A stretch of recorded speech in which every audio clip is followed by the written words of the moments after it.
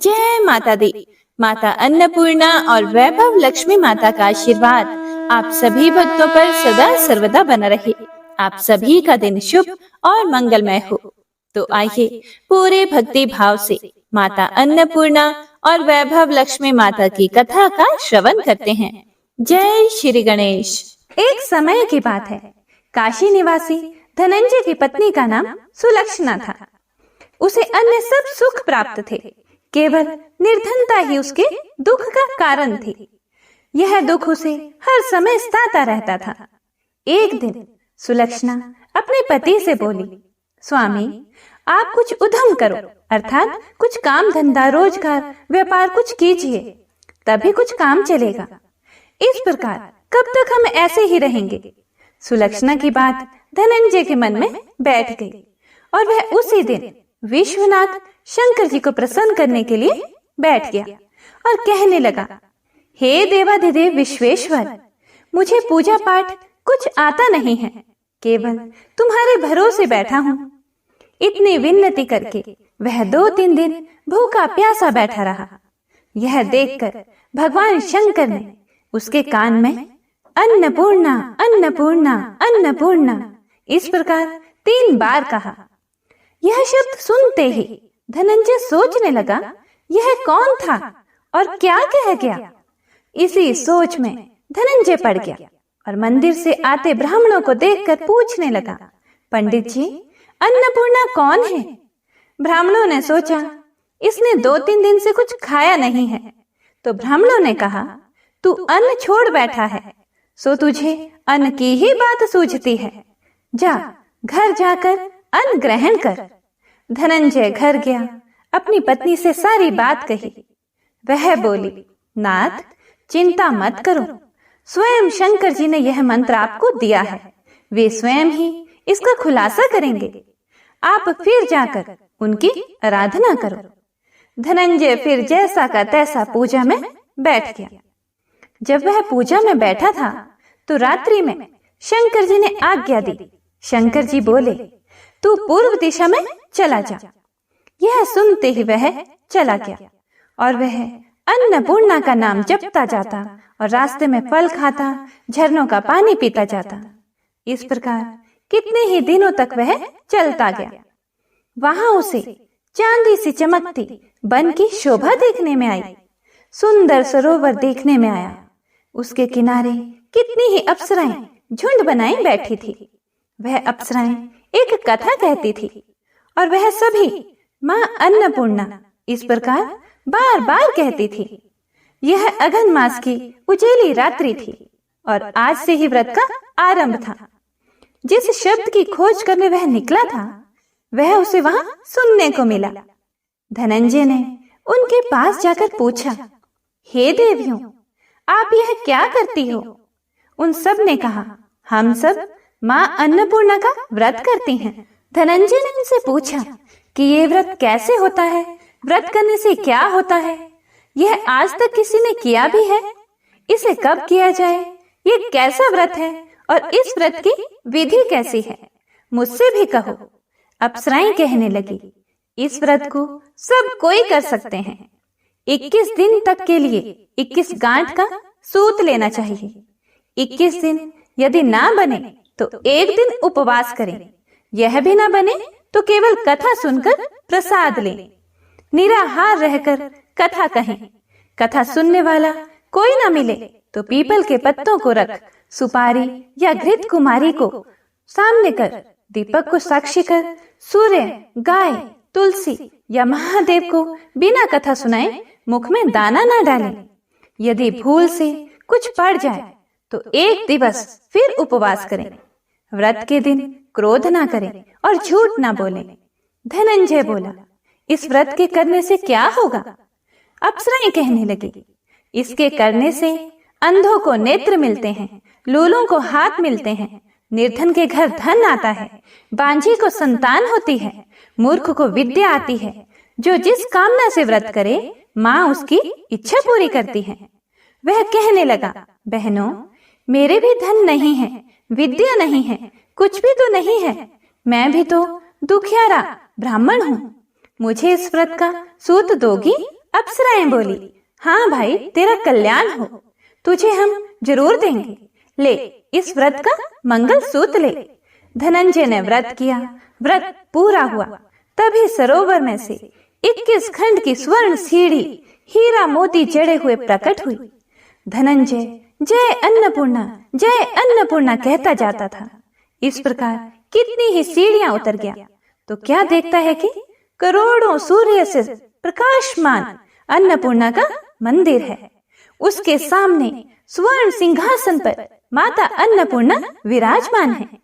सामने भिक्षा हेतु भगवान शंकर खड़े हैं। देवांगनाएं चंवर डुलाती हैं। कितनी ही हथियार बांधे पहरा देती हैं।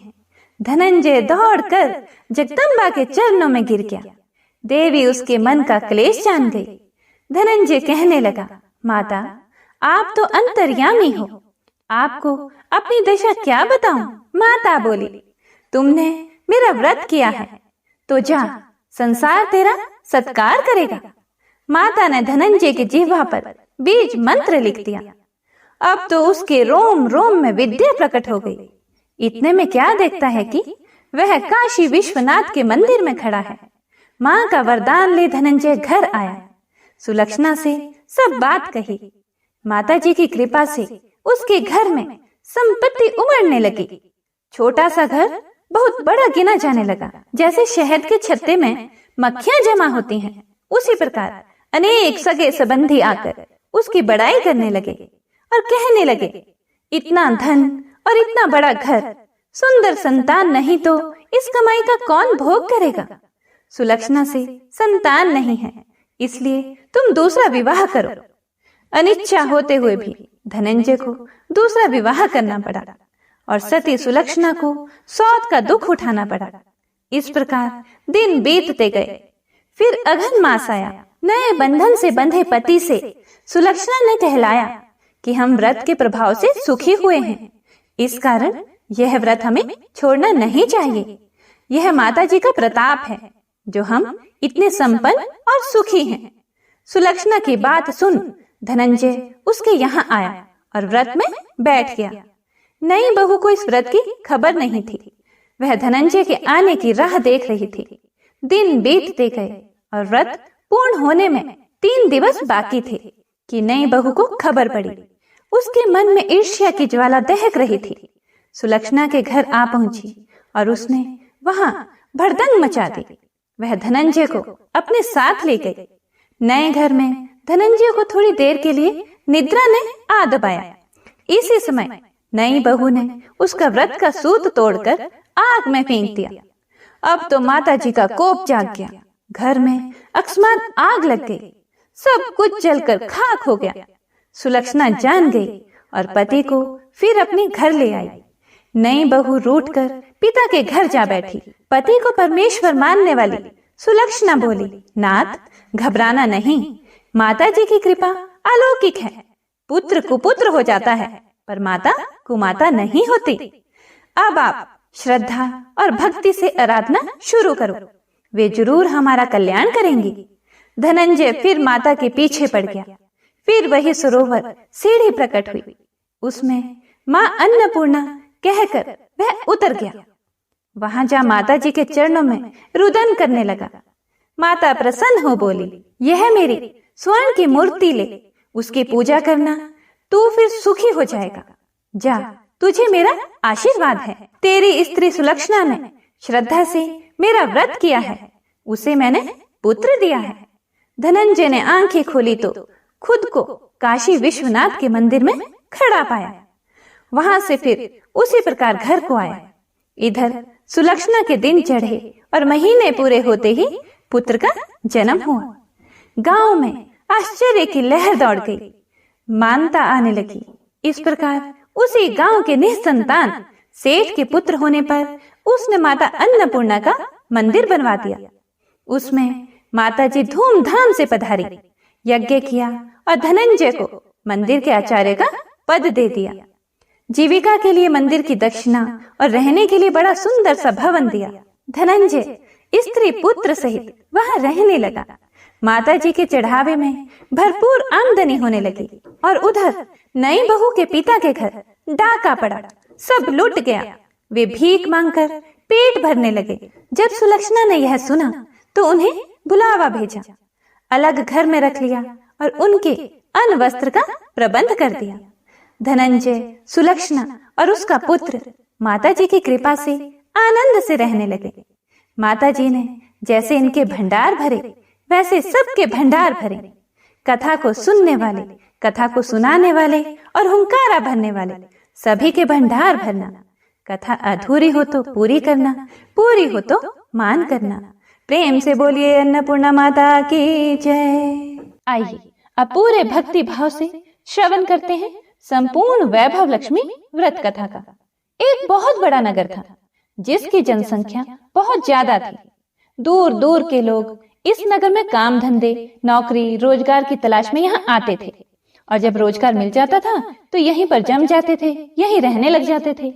ये लोग अपने काम धंधों में ऐसे व्यस्त रहते कि अपने अतिरिक्त किसी की भी परवाह नहीं करते थे।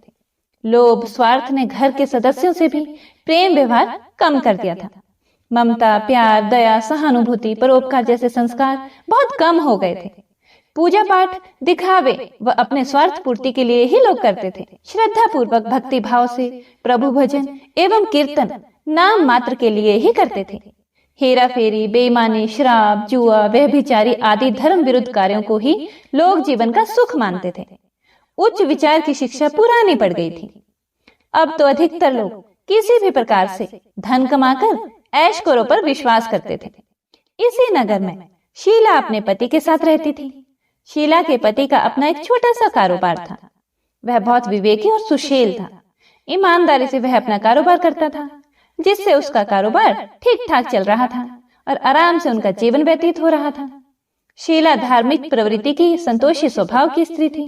वह कभी भी किसी की बुराई नहीं करती थी। यथासंभव दूसरों की सहायता को हमेशा तत्पर रहती थी। घर के कार्यों से बचे समय का सदुपयोग वह प्रभु भजन व कीर्तन करने अथवा धार्मिक या ज्ञानवर्धक पुस्तकें पढ़ने में बिताती थी। वास्तव में उनकी गृहस्थी एक आदर्श गृहस्थी थी। आसपास के अधिकांश लोग उस परिवार की बहुत ही सराहना करते थे, किंतु कुछ लोग जिन्हें दूसरों की खुशी देखकर जलन होती है, उन्हें सुख संतोष पूर्वक जीवन यापन करते देख मन ही मन जलते थे।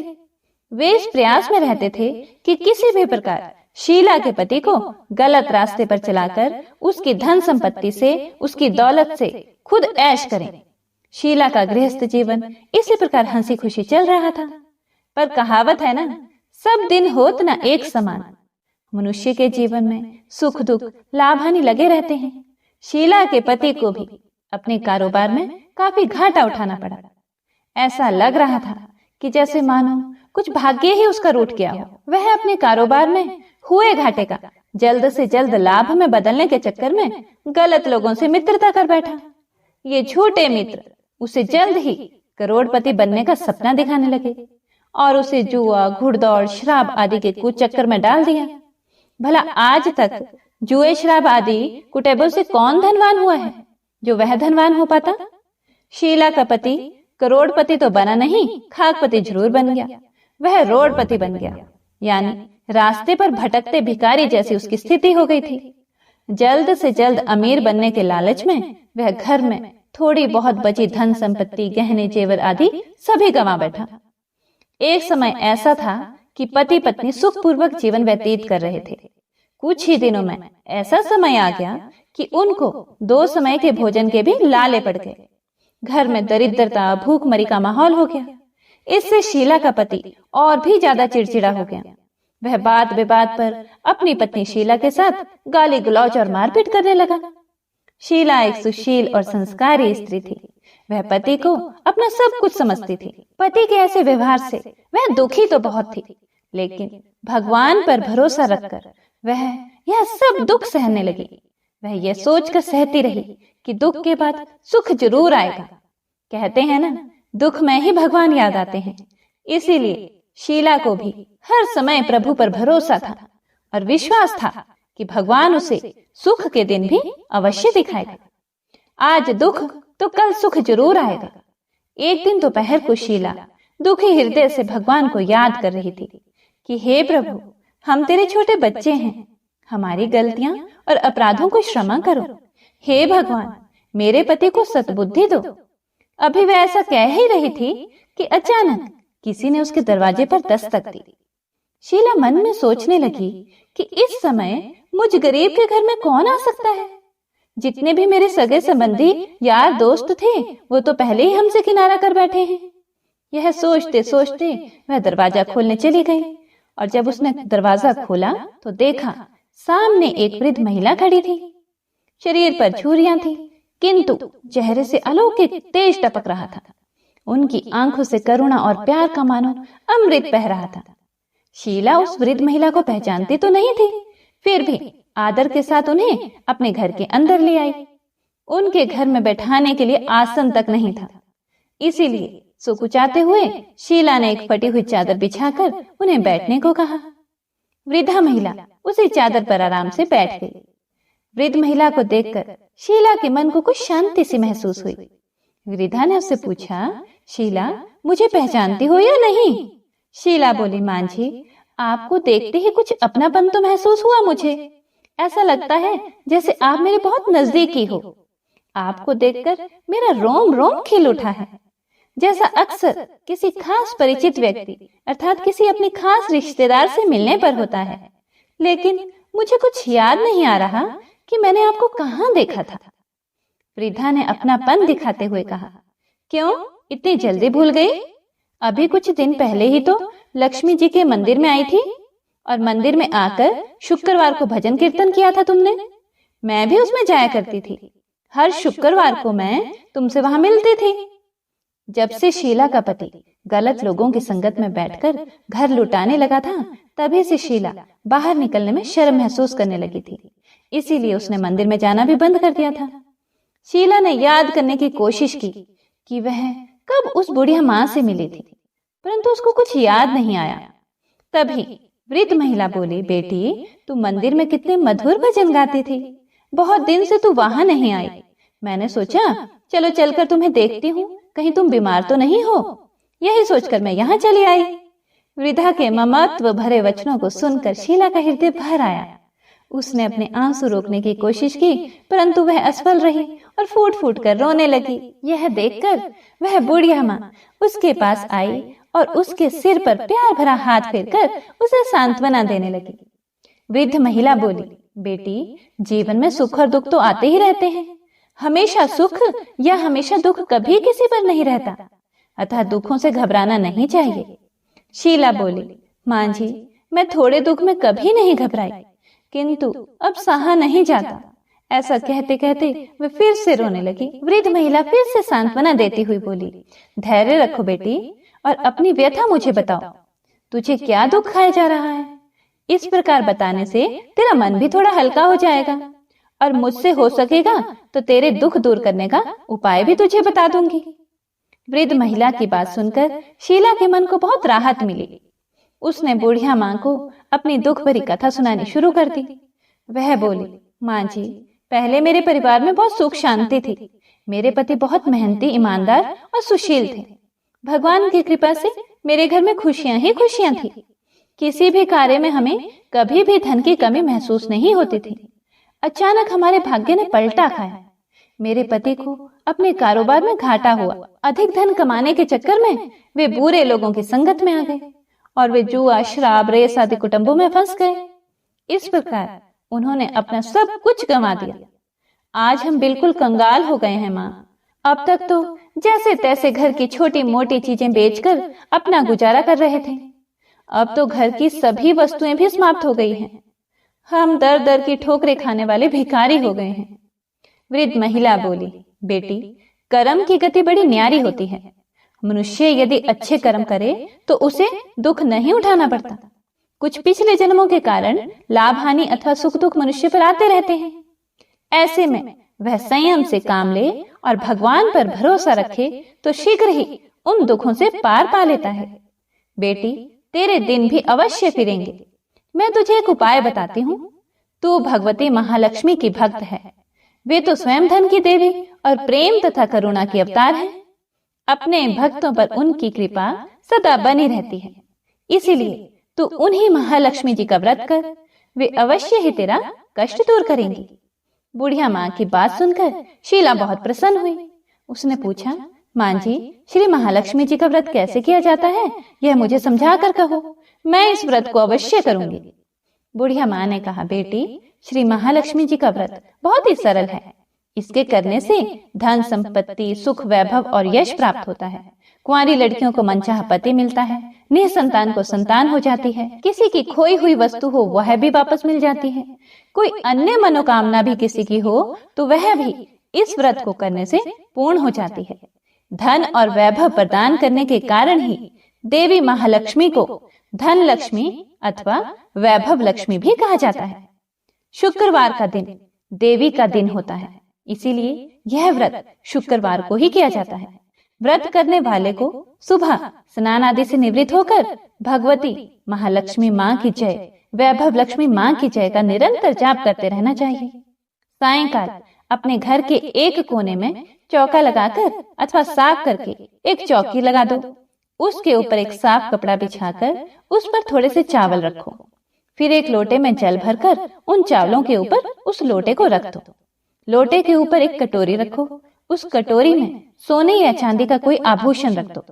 अगर कोई आभूषण ना हो तो 1 रुपए का सिक्का भी कटोरी में रखा जा सकता है। इसके बाद एक घी का दीपक और धूप बत्ती बनाकर उसे जलाकर रख दो। एक बर्तन में थोड़ा सा मीठा प्रसाद के रूप में रखो। प्रसाद में बताशे अथवा गुड़ भी रखे जा सकते हैं। चौकी के ऊपर लोटे के पास सोने, चांदी या तांबे का बना श्री यंत्र भी रखो। यदि धातु का श्री यंत्र घर में ना हो तो कागज पर छपे श्री यंत्र को भी रखा जा सकता है। भगवती लक्ष्मी माँ को श्री यंत्र अत्यधिक प्रिय है। पूजा करने और कथा कहने के लिए चौकी के पास पूर्व दिशा की ओर मुंह करके बैठो। सबसे पहले श्री यंत्र को हाथ जोड़कर श्रद्धा पूर्वक नमस्कार करो।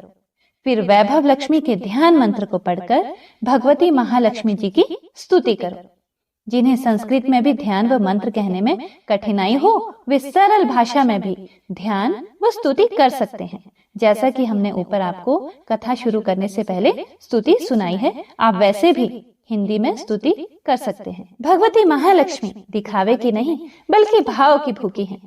इसके बाद कटोरी में रखे आभूषण या रुपए पर हल्दी, कुमकुम और चावल चढ़ा दो। फिर दोनों हाथों से लाल रंग के पुष्प अर्पित कर प्रसाद का भोग लगाएं और धूप व दीप दिखाओ। पुनः लक्ष्मी जी का स्तुति करके लक्ष्मी महिमा गाओ और आरती उतारो।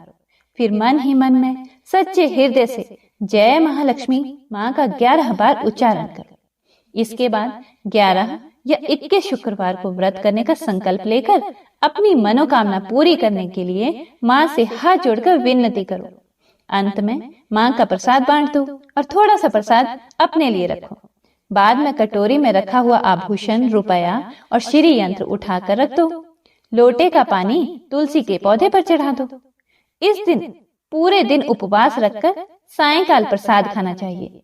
यदि इतनी शक्ति ना हो तो एक बार शाम को प्रसाद खाकर सादा वैष्णव भोजन कर सकते हैं। इस प्रकार इस व्रत को शास्त्रीय विधि के अनुसार करने से उसका फल अवश्य प्राप्त होता है। इस व्रत के प्रभाव से मनुष्य की सब विपत्तियां दूर होकर धन, वैभव, लक्ष्मी की प्राप्ति होती है। कुंवारी कन्याओं को मन भावन पति मिलता है। सौभाग्यवती स्त्रियों को सौभाग्य अखंड रहता है। निःसंतान दंपति को संतान की प्राप्ति होती है और कोई भी किसी की कुछ भी मनोकामना हो तो वह भी अवश्य पूरी होती है। शीला यह सब सुनकर बहुत ही खुश हुई, बहुत प्रसन्न हुई। उसने कहा, माँ जी, आपने यह जो श्री वैभव लक्ष्मी के व्रत की विधि मुझे बताई है उसे मैं अवश्य ही करूंगी। आप कृपा करके मुझे इसकी उद्यापन विधि भी समझाकर बताइए। वृद्ध महिला ने कहा, बेटी, इस व्रत की उद्यापन करने की विधि भी बहुत ही आसान है, बहुत सरल है। ध्यान से सुनो। 11 या 21 जितने शुक्रवार को व्रत करने का आपने संकल्प किया हो उतने व्रत पूर्ण श्रद्धा और भावना पूर्वक पूरे होने पर अंतिम शुक्रवार को उद्यापन किया जाता है। इस दिन पूजा विधि हर शुक्रवार को की गई पूजा विधि की तरह ही की जाती है। इस दिन प्रसाद के लिए नारियल गिरी और खीर का प्रसाद वितरित किया जाता है। प्रसाद के साथ कम से कम 7 कुंवारी या सौभाग्यवती स्त्रियों को कुमकुम का तिलक लगाकर श्री वैभव लक्ष्मी व्रत कथा की एक पुस्तक भेंट दी जाती है। अंत में फिर भगवती श्री महालक्ष्मी के विभिन्न स्वरूपों को श्रद्धा पूर्वक हाथ जोड़कर नमस्कार करो और मन ही मन माँ से प्रार्थना करो कि हे महालक्ष्मी माँ, हे धन लक्ष्मी माँ, हे वैभव लक्ष्मी माँ, मैंने सच्चे मन से आपका व्रत पूर्ण किया है। फिर भी मुझसे कोई गलती या अपराध हुआ हो उसे क्षमा करना और हमारी अर्थात जो भी आपकी मनोकामना हो उसे कहें कि हे माँ, हमारी मनोकामना को पूर्ण करना, हमारा सबका कल्याण करना, हमारी विपत्तियों को दूर करके हमें धन वैभव प्रदान करना। हे देवी माँ, आपकी महिमा अपरंपार है। बुढ़िया माँ से श्री वैभव लक्ष्मी के व्रत की शास्त्रीय विधि सुनकर शीला का मन मयूर जैसे नाच उठा। उसे लगा मानो उसे मन मांगी मुराद मिल गई हो। उसने तत्काल ही अपनी आंखें बंद करके मन ही मन संकल्प लिया कि हे वैभव लक्ष्मी माँ, मैं आपका 21 शुक्रवार तक बुढ़िया माँ द्वारा बताई गई शास्त्रीय विधि के अनुसार व्रत और उद्यापन करूंगी। इस प्रकार संकल्प करके जैसे ही शीला ने आंखें खोली तो वृद्ध माँ को कमरे में नहीं पाया। उसने घर के बाहर आकर देखा किंतु वहां भी उसे कहीं माँ जी दिखाई ना दे। उसे बहुत आश्चर्य हुआ कि थोड़ी ही देर में माँ जी कहाँ गायब हो गई। वास्तव में वे साक्षात भगवती महालक्ष्मी थी जो अपनी भक्त शीला को वृद्धा का वेश रखकर रास्ता दिखाने आई थी। अगले ही दिन शुक्रवार था। शीला सुबह नहा धोकर मन ही मन जय महालक्ष्मी माँ, जय वैभव लक्ष्मी माँ का जाप करने लगी। सायंकाल वह वैभव लक्ष्मी माँ की पूजा करने बैठी। घर में कोई आभूषण तो था नहीं। आभूषण के नाम पर उसकी नाक की एकमात्र लौंग बाकी बची थी। उसने वही निकालकर धोकर कटोरी में रखी। घर में थोड़ी शक्कर रखी थी, उसका प्रसाद बनाया और फिर बुढ़िया माँ के द्वारा बताई गई विधि के द्वारा वैभव लक्ष्मी माता का पूजन किया। पूजन के पश्चात उसने प्रसाद अपने पति तथा अन्य लोगों को वितरित किया। अंत में स्वयं ग्रहण किया। श्री वैभव लक्ष्मी माँ का प्रसाद खाते ही शीला के पति के स्वभाव में परिवर्तन आने लगा। उसके पति का चिड़चिड़ापन भी कम होने लगा और उसका मन कुटैबों से दूर होकर कारोबार जो पहले बिल्कुल ठप हो गया था फिर से जमने लगा। 21वें शुक्रवार को शीला ने बुढ़िया माँ द्वारा बताई शास्त्रीय विधि के अनुसार उद्यापन किया और 11 स्त्रियों को श्री वैभव लक्ष्मी व्रत की पुस्तकें भेंट में दी। फिर भगवती महालक्ष्मी के वैभव लक्ष्मी स्वरूप को मन ही मन प्रणाम कर प्रार्थना की कि हे वैभव लक्ष्मी माँ, मैंने आपके व्रत की जो मनौती मानी थी वह आज पूर्ण हुई है। हे माँ, हमारे संकटों को दूर कर हमारा कल्याण करो। जाने अनजाने में यदि कोई हमसे अपराध हुआ हो उसे क्षमा करना माँ। हमें धन संपत्ति और वैभव प्रदान करना, हमें सद्बुद्धि देना। हे माँ, आपकी महिमा अपरंपार है, आपकी सदा जय हो। इस प्रकार व्रत संपूर्ण होने के बाद कुछ ही दिनों में शीला के पति के कारोबार में अच्छा लाभ होने लगा। उसने शीला को उसके जेवर वापस दिला दिए और घर में पहली जैसी सुख शांति आ गई। श्री वैभव लक्ष्मी माँ के प्रताप को देखकर अन्य बहुत सी औरतों ने भी उनका विधि पूर्वक व्रत किया और मन भावन फल प्राप्त किया। हे महालक्ष्मी माँ, हे वैभव लक्ष्मी माँ, जैसे आपने शीला पर कृपा की ऐसे ही अपने अन्य भक्तों पर भी कृपा करना। हे माँ, कथा को सुनने वाले, सुनाने वाले और हुंकारा भरने वाले सभी पर अपनी कृपा बनाए रखना। बोलो श्री वैभव लक्ष्मी माता की जय। हे प्रिय भक्तों, तो आज की कथा यहीं पर समाप्त होती है। उम्मीद है आप सभी भक्तों ने पूरे भक्ति भाव और प्रसन्न चित मन से कथा को पूरा सुना होगा। कथा पसंद आई हो तो लाइक करके कमेंट बॉक्स में जयकारा जरूर लगाइएगा और कथा को शेयर भी कीजिएगा। और अगर आपने अभी तक चैनल को सब्सक्राइब नहीं किया है तो कृपया अभी कर लीजिएगा और हमारे चैनल पर वैशाख मास की महात्म्य कथाओं को सुनकर पुण्य फल प्राप्त कीजिएगा। तो एक बार सभी भक्तजन प्रेम से बोलिए अन्नपूर्णा माता और वैभव लक्ष्मी माता की जय। हरे कृष्णा।